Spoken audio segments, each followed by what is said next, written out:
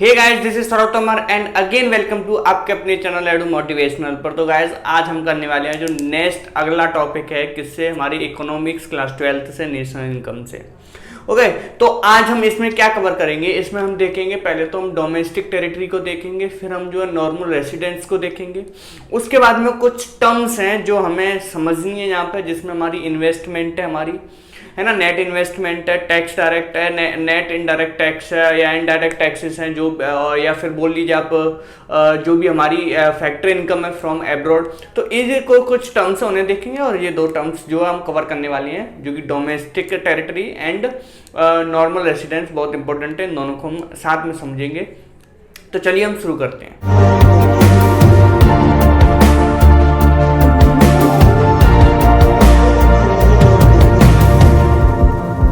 तो देखिए सबसे पहले हम देखते हैं डोमेस्टिक टेरिटरी क्या है। तो देखिए आप मान लीजिए मेरी कंट्री है, कंट्री की अगर मैं बोलूं टेरिटरी क्या है, नॉर्मली मैं बोल रहा हूं टेरिटरी क्या है, तो आप क्या बोलेंगे। जैसे मैं उत्तर प्रदेश की बोलूं तो एक बाउंड्री है, उसके अंदर जो एरिया आता है वो उत्तर प्रदेश का एरिया आता है। ऐसे हमारी जो इंडिया है उसका एक मैप है, उसके अंदर जो एरिया आता है वो हमारा क्या है, वो हमारा इंडिया का क्या है, एरिया है।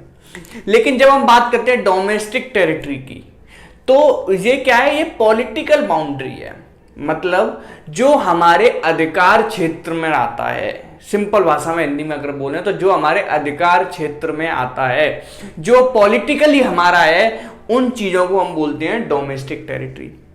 क्या चीजें ऐसी हैं जो इसके अंदर आती हैं और क्या चीजें जो इसके अंदर इंक्लूड नहीं की जाएंगी। मतलब क्या हुआ, मतलब ये कि मेरा जो इंडिया का मैप है हमारा, उसका पूरा मैप का जो है डोमेस्टिक टेरिटरी के अंदर इंक्लूडेड है, उसमें से सिर्फ 2 से 3 चीजें हैं जो मेरी बाउंड्री के अंदर नहीं है फिर भी इंक्लूडेड है, और जो बाउंड्री के अंदर होते हुए भी इंक्लूडेड नहीं है। क्या ऐसी चीजें जो इंक्लूडेड है? पहला तो सबसे पहला पॉइंट जो हम देखेंगे, देखिए पीछे आपको जो नोट्स दिख रहे हैं उन्हें आप क्या है, नोट कर सकते हैं। तो इसमें जो सबसे पहला पॉइंट है वो क्या है, वो ये है कि शिप्स और एयरक्राफ्ट। देखिए मान लीजिए एयर इंडिया है, एयर इंडिया का कोई भी एरोप्लेन हमारे इंडिया से अमेरिका जाता है, तो अमेरिका जाने के बाद अमेरिका के अंदर लैंड करेगा। नाउ जो प्लेन जो है वो इंडिया यूएसए की बाउंड्री के अंदर आता है, तो क्या वो हमारी डोमेस्टिक टेरिटरी का हिस्सा नहीं है? वो डोमेस्टिक टेरिटरी का हिस्सा है। हमारी इंडिया के मैप में ना आने के बाद भी वो इसमें इंक्लूडेड है। ऐसे ही हमारी शिप्स अगर एक कंट्री से दूसरे कंट्री में ट्रेवल कर रही हैं, वो दूसरे कंट्री के बाउंड्री के अंडर आती हैं लेकिन हमारे अधिकार क्षेत्र में आती हैं।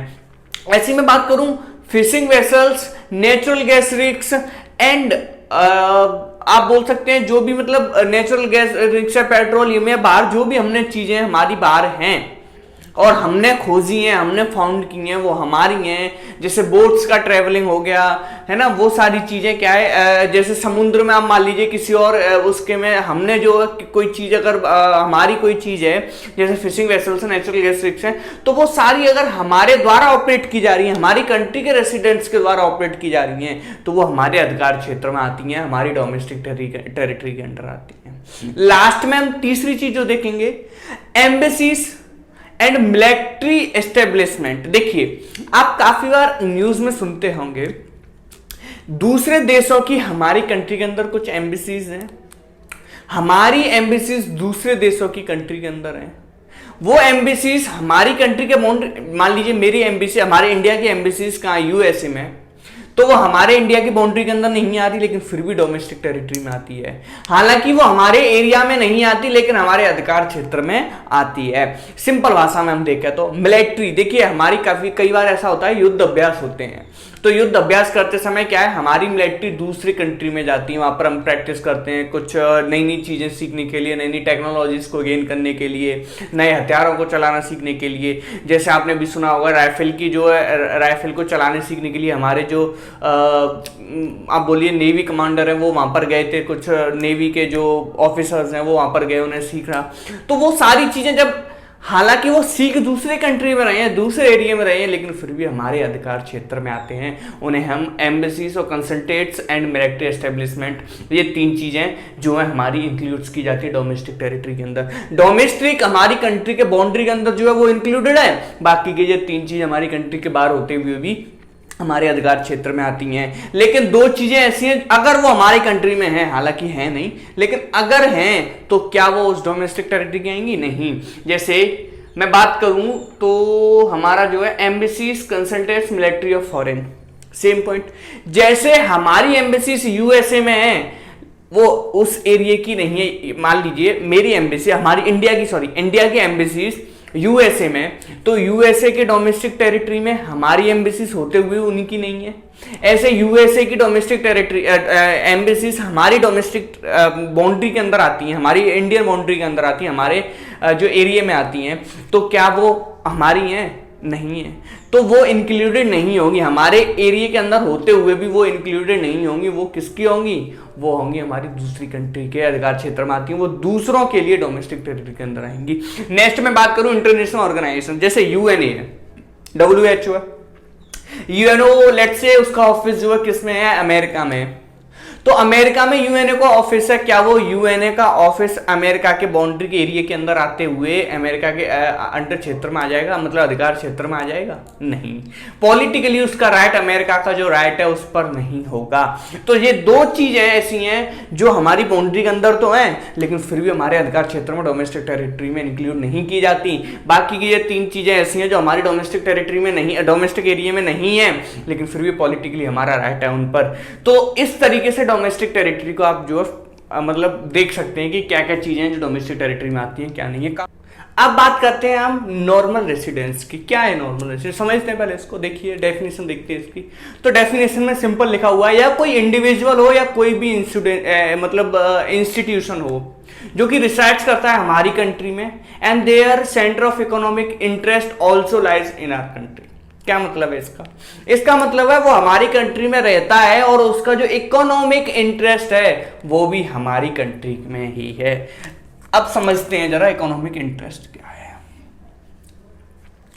मान लीजिए मैं यूएसए गया कोई भी काम करने के लिए, XYZ किसी फर्म में मैं गया, या आप बोल लीजिए कहीं पर भी एज अ मान लीजिए प्रोफेसर मैं पढ़ाने के लिए गया अगर यूएसए में, तो वहां पर मैं पढ़ाऊंगा जरूर, कुछ टाइम के लिए मैं वहां पर गया हूं, तो क्या मेरा जो इकोनॉमिक इंटरेस्ट है क्या वो वहां का होगा?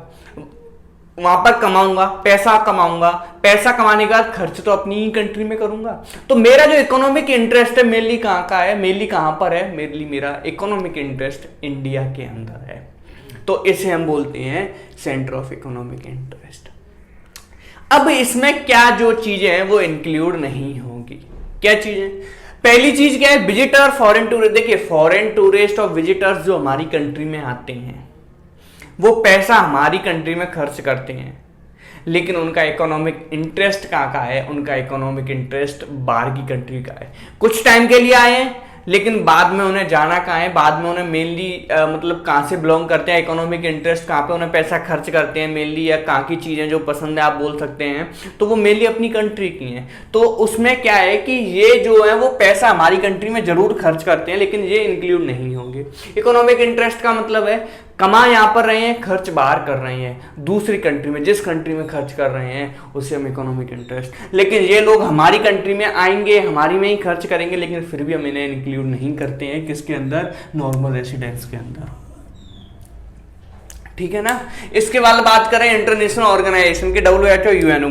देखिए समझिए, यूएनओ और WHO जो है वो क्या है? वो इंटरनेशनल ऑर्गेनाइजेशंस हैं। उनके पास किसी भी जो बोल लीजिए मतलब किसी भी कंट्री का राइट अधिकार क्षेत्र में वो नहीं आते, अधिकार नहीं है। उनका इकोनॉमिक इंटरेस्ट डिपेंड करता है इकोनॉमिक इंटरेस्ट कहाँ का है। अगर मान लीजिए यूएनओ जो है अमेरिका में, तो क्या वो अमेरिका के नॉर्मल रेसिडेंट, अमेरिका के मान लीजिए उसमें हमारे इंडियन जो एम्प्लॉय है वो वर्क करते हैं, तो इंडियन एम्प्लॉयर अमेरिका में यूएनओ काम करते हैं, तो क्या वो नॉर्मल रेसिडेंस अमेरिका के हो जाएंगे? नहीं, वो नॉर्मल रेसिडेंट्स कहाँ के रहेंगे, वो हमारी कंट्री के रहेंगे, क्योंकि उनका इकोनॉमिक इंटरेस्ट हमारी कंट्री की तरफ है। तो इसमें ये दोनों चीज़ें जो है वो इंक्लूड नहीं होती। International organisation, employ of international organisation, वहाँ पे जो लोग काम कर रहे हैं यूएनओ में, हमारे इंडियन वर्कर्स काम कर रहे हैं, चाइना वर्कर्स काम कर रहे हैं, पाकिस्तानी वर्कर्स हैं, बाहर के और ईरान है, सऊदी अरब, उन सारे कंट्री के जो भी काम कर रहे हैं, मान लीजिए लेट्स से साउथ अरेबिया में हमारे कंट्री के कुछ वर्कर्स आके काम कर रहे हैं, तो क्या वो वहाँ के नॉर्मल रेसिडेंट्स हो जाएंगे? नहीं, नॉर्मल रेसिडेंट्स वो कहाँ के रहेंगे, इंडिया के रहेंगे। अब देखते हैं, देखिए डिफरेंस होता है एक सिटीजनशिप के अंदर और रेसिडेंस के अंदर। सिटीजनशिप क्या है, मतलब क्या है? सिटीजनशिप का मतलब है जहां से हम जन्मे हैं, जहाँ के पास हमारी मतलब कुछ लॉ होते हैं एक दूसरी कंट्री की सिटीजनशिप लेने के लिए, ठीक है, मतलब जहाँ का हमारे पास राइट है, अधिकार है, उस क्षेत्र का आप बोल लीजिए कि हम यहाँ के हैं, ठीक है, हमारा ओरिजिन वहाँ का है। ओके, तो ये तो रहता है हमारा सिटीजनशिप मेनली। अगर मान लीजिए हम कहीं रह रहे हैं, वीजा वगैरह वगैरह, तो वहाँ के हम बोल सकते हैं वहाँ के हम सिटीजन हैं, ठीक है। जैसे मैं यूएसए में रह रहा हूँ, किसी वीजा पर जो लॉन्ग टर्म वीजा है मेरा, वहां पर रह रहा हूँ, तो मैं वहां का क्या हुआ, मैं वहां का सिटीजन हुआ। लेकिन रेसिडेंस का मतलब क्या है? रेसिडेंस का मतलब है वहां पर रहना ही काफी नहीं है, इकोनॉमिक इंटरेस्ट भी डिपेंड करता है। जिस कंट्री में आपका इकोनॉमिक इंटरेस्ट लाई कर रहा होगा वो आपका क्या होगा, रेसिडेंस होगा। आई होप दोनों टर्म जो है अच्छे से आपको क्लियर है। एक बार फिर से देखते हैं, डोमेस्टिक टेरिटरी वो एरिया होते हैं जो इन पर हमारा पॉलिटिकल एक्ट होता है, जो हमारे अधिकार क्षेत्र में आते हैं, जिसमें इंक्लूड्स क्या है, नॉन इंक्लूड्स क्या है। इंक्लूड्स आपको मैं पहले ही बता चुका हूं, नॉर्मल है ships and aircraft, fishing vessel, natural gas and embassies and military establishment. Non included की बात करें तो जो एम्बेसीज ऑफ फॉरेन है या जो मिलिट्री ऑफ फॉरेन है वो नॉन इंक्लूडेड रहेगी, और international organisation for example WHO and UNO भी नॉन इंक्लूडेड रहेंगे। अब नेक्स्ट हम बात करते हैं नॉर्मल रेसिडेंस की, तो अंदर तो इसके अंदर कोई भी इंडिविजुअल या इंस्टीट्यूशन हो you resides in a country but their centre of economic interest lies is also important in that country, right. तो उसे हम बोलते हैं नॉर्मल रेसिडेंस। नॉर्मल रेसिडेंस में क्या क्या चीजें हैं जो इंक्लूडेड नहीं है? फॉरेन से जो भी विजिटर और टूरिस्ट आ रहे हैं, इंटरनेशनल ऑर्गेनाइजेशन है, एम्प्लॉय ऑफ इंटरनेशनल ऑर्गेनाइजेशन है, ये तीनों चीजें इसमें इंक्लूड नहीं की जाएंगी। इसके बाद में हमने बात की सिटीजनशिप और रेसिडेंस की, और जो कि आपको अच्छे समझ में आ गए हैं। तो आई होप ये जो पूरा टॉपिक है वो क्लियर है। अब नेक्स्ट टॉपिक हम जो देखते हैं, तो नाउ अब हम कुछ और नया टॉपिक जो है वो देखते हैं। इसमें हम सबसे पहले देखने वाले हैं इन्वेस्टमेंट क्या होती है। तो नॉर्मली आपने 11th में काफी बार इस टर्म को अकाउंट्स के अंदर पढ़ा होगा, इन्वेस्टमेंट इन्वेस्टमेंट इन्वेस्टमेंट। क्या है इन्वेस्टमेंट? तो any addition to the stock of capital is known as a investment. For example construction of building, purchase of machinery, purchase of fixed assets, कोई भी इंक्रीजमेंट, कोई भी एडिशन हो रहा है कैपिटल में, स्टॉक ऑफ कैपिटल में ऑफ एन इकोनॉमी के, उसे हम बोलते हैं इन्वेस्टमेंट। यहां पर दो तरीके से इन्वेस्टमेंट को दिखाया गया है, एक ग्रॉस इन्वेस्टमेंट है और दूसरा है नेट इन्वेस्टमेंट। ग्रॉस इन्वेस्टमेंट क्या है? देखिए, जितनी भी हमारी फिक्स्ड एसेट्स हैं उन पर कुछ डेप्रिसिएशन चार्ज किया जाता है। अगर मैं उसको चार्ज नहीं करूं और अपना वैल्यू मतलब जो देखूं कितना है मेरे पास इन्वेस्टमेंट, उसे मैं ग्रॉस इन्वेस्टमेंट कहूंगा। अगर मैं डेप्रिसिएशन माइनस कर दूं तो उसे मैं नेट इन्वेस्टमेंट कहूंगा। आपको यहां पर एक चीज बता रहा हूं, नोट कर लेना आप कि ग्रॉस और नेट आपको इकोनॉमी में बहुत देखने को मिलेगा। आपको इतना याद रखना है, ग्रॉस एक बड़ा टर्म है, नेट एक छोटा है। ग्रॉस में इंक्लूडेड रहते हैं जो भी आपके डेप्रिसिएशन वगैरह हैं, लेकिन नेट में वो माइनस कर दिए जाते हैं। ग्रॉस बड़ा आएगा, नेट छोटा आएगा। किसी भी चीज का नेट निकालना है तो ग्रॉस में से जितने भी डेप्रिसिएशन वगैरह हैं वो सारे माइनस कर दो। तो यहां पर हमने ग्रॉस इन्वेस्टमेंट का क्या लिखा है? Addition to the stock of capital before depreciation, और यहां पर आफ्टर डेप्रिसिएशन। अब डेप्रिसिएशन क्या है वो भी आपने काफी बार 11th के अकाउंट्स में और उसमें देखा होगा। 11th में एक और बार देख लेते हैं। जो भी वैल्यू में कमी आना एसेट्स की में because of the wear and tear and with the passage of time and because of the new technology. तीन चीजों की वजह से मेनली क्या है, किसी भी चीज में फिक्स्ड एसेट्स में क्या है, उनकी वैल्यू में कमी आती है। हो सकता है टाइम के समय के साथ उनमें क्या है, घिसावट हो गई हो, कहीं से टूट गए हो, गिर गए हो, या फिर जो टेक्नोलॉजी है वो अपडेट हो गई हो, तो वो तीनों की वजह से जो वैल्यू रिड्यूस हो रही है उसे हम डेप्रिसिएशन बोलते हैं। Fall in the value of fixed assets because of, आप लिखिए आगे, because of wear and tear with the passage of time and because of the change in technology. Next बात करें तो नेट इन्वेस्टमेंट मैंने पहले ही बताया, ग्रॉस इन्वेस्टमेंट में डेप्रिसिएशन माइनस कर दो, इतना आपको याद रहेगा, सिंपल था काफी। नेक्स्ट दो टर्म और देखिए, इनडायरेक्ट टैक्स, सब्सिडीज। क्या होते हैं इनडायरेक्ट टैक्स? डायरेक्ट टैक्स वो होते हैं जो हमसे डायरेक्टली लिए जाते हैं, जैसे हमारी इनकम पे टैक्स जो लगता है, जैसे होम घर पे कोई भी टैक्स लग रहा है, या बोल लीजिए ज्वेलरी पे जो भी टैक्स लग रहा है वो डायरेक्टली हमसे लिया जा रहा है, वो डायरेक्ट टैक्स है। इनडायरेक्ट टैक्स डायरेक्टली हम नहीं पे कर रहे, कोई भी आप लेट्स से सामान खरीदते हैं मार्केट के अंदर से, तो वो डायरेक्ट टैक्स पे कर कर आता है, हम सामान खरीद रहे हैं, हम टैक्स पे नहीं कर रहे हैं, लेकिन इनडायरेक्टली हमने टैक्स पे किया है। तो इनडायरेक्ट टैक्स वो टैक्सेस होते हैं जो कि इंपोज्ड किए जाते हैं गवर्नमेंट के द्वारा production and sale of goods and services के ऊपर। समझ में आ गया? ओके। नाउ सब्सिडीज क्या है? सब्सिडीज वो छूट है उन फर्म को या उन चीजों पर या उन प्रोडक्ट्स पर जो कि गवर्नमेंट के द्वारा दी जाती है। किस लिए? क्योंकि वो भला कर रहे हैं लोगों का। फॉर एग्जाम्पल, आप एलपीजी का सिलेंडर खरीदते हैं, लेट्स से उसकी कॉस्ट है 820 रुपीज, लेकिन फिर भी गवर्नमेंट कुछ आपको क्या देती है? सब्सिडीज देती है, 150 रुपए, 200 रुपए, उसकी कॉस्ट कितना पड़ता है आपको? 600 रुपए के करीब। तो वो सब्सिडी जो फाइनेंशियल असिस्टेंस प्रोवाइड की जा रही है गवर्नमेंट के द्वारा टू फुलफिल देयर सोशल जो ऑब्जेक्टिव्स हैं, उनकी वजह से वो सब्सिडीज कहलाती हैं। नेट इनडायरेक्ट टैक्स और सब्सिडी समझ गए। इनडायरेक्ट टैक्स क्या है? एक लॉन्ग टर्म है, बड़ी चीज, बड़ा टर्म है। फॉर एग्जांपल मेरा जो टैक्स पे किया मैंने या इनडायरेक्ट टैक्स जो उस पर लगा वो था 500,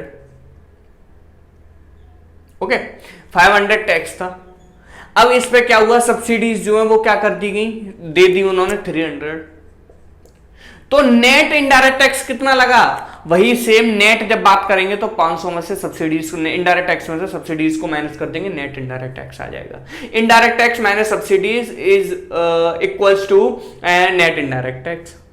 तो 500 में से 300 माइनस करूंगा, 200 आ जाएगा नेट इनडायरेक्ट टैक्स। अब इस 200 को हम क्या करेंगे? इस 200 को उस प्रोडक्ट की कॉस्ट में ऐड करके हम दे देंगे कि भाई इतना का जो कोई प्रोडक्ट है। ओके, समझ में आ गया? ठीक है। अब नेक्स्ट देखते हैं, दो कॉस्ट दे रखी है, क्या है? फैक्टर कॉस्ट और मार्केट कॉस्ट या मार्केट प्राइस बोल लीजिए। फैक्टर कॉस्ट क्या है? फर्म के अंदर मैंने यहां पर जो टर्म लिखी है उसको समझिए पहले, तो मैं जनरली आप समझ जाएंगे, लेकिन टर्म क्या है? Price paid two factor of services for their, आप बोल सकते हैं उनके जो sacrifices in the production phase, आप बोल सकते हैं for rendering their services in production phase.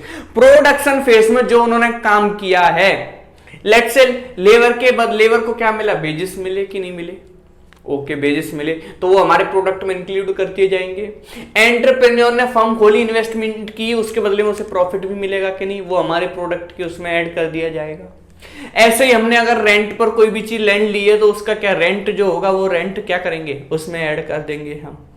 तो ये चीजें जो हैं वो क्या है? फैक्टर कॉस्ट मतलब प्रोडक्ट की कॉस्ट में क्या क्या कॉस्ट जुड़ती है? प्रोडक्ट की कॉस्ट में हमारा प्रॉफिट भी जुड़ता है, रेंट भी जुड़ता है, लेबर कॉस्ट भी जुड़ती है, वेजेस सैलरी बोल लीजिए आप, जुड़ते हैं कि नहीं? इन सब को मिला के हमारा प्रोडक्ट की कॉस्ट आती है। प्रोडक्ट की कॉस्ट आ गई यहाँ पर 500, ये हमारी फैक्टर कॉस्ट है। समझ में आ गया? अब मार्केट कॉस्ट, जिस प्राइस पर ये प्रोडक्ट बिकने वाला है उसे हम मार्केट कॉस्ट बोलते हैं। अब 500 ये आ गई हमारी, 500 में से क्या करेंगे? मार्केट प्राइस पर हम देखेंगे कि इसमें क्या है? नेट इनडायरेक्ट टैक्स इंक्लूड किए जाएंगे। नेट इनडायरेक्ट टैक्स इंक्लूड करने के बाद में ये क्या होगा? मार्केट में बेचा जाएगा। नेट इनडायरेक्ट टैक्स क्यों इंक्लूड किए जाएंगे? इनडायरेक्ट टैक्स में से सब्सिडीज को माइनस कर दिया जाएगा जो गवर्नमेंट छूट दे रही है।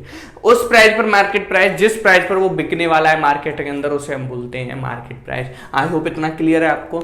Net indirect tax, indirect tax clear है, ठीक है। अब इसमें छोटी छोटी चीजें अगर आप मतलब आ भी गई तो आप जो है इजीली कैलकुलेट कर लेंगे। लेट्स से इनडायरेक्ट टैक्स आपको इंक्लूडेड, सब्सिडी इंक्लूडेड है, नेट इनडायरेक्ट टैक्स निकालिए, नेट इन्वेस्टमेंट गिवन है, डेप्रिसिएशन गिवन है, ग्रॉस इन्वेस्टमेंट निकालिए। तो जनरली आप क्या फॉर्मूला रखेंगे और आप यहाँ पर निकाल लेंगे।